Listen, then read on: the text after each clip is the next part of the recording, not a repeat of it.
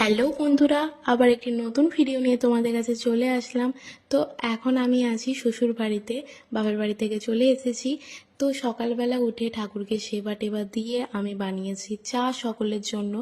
আর এগুলো হচ্ছে কালকের রুটি ছিল, আমি একটু পরোটার মতো করে ভেজে দিয়েছি আর কি। আর মুড়ি ছিল সঙ্গে। তো চা মুড়ি বিস্কুট যে যার খাওয়া ছিল সবার খাওয়া হয়ে গেছে। আর আমিও খেয়ে দিয়ে চলে এসেছি এখানে বিছানাটা গোছাবো বলে। আর সকালবেলা ঘর ঝাঁটিয়া মোছা হয়ে গেছিলো। তো তারপরে আমার বড়মশাই আর মানু ঘুমিয়েছিল বলে তাই জন্য বিছানাটা গোছানো হয়নি, এখন গুছিয়ে নিলাম। আর এই যে আলমারিটা দেখতে পাচ্ছ, এই আলমারিটা হচ্ছে এই কদিন আগেই নেওয়া হয়েছে নতুন।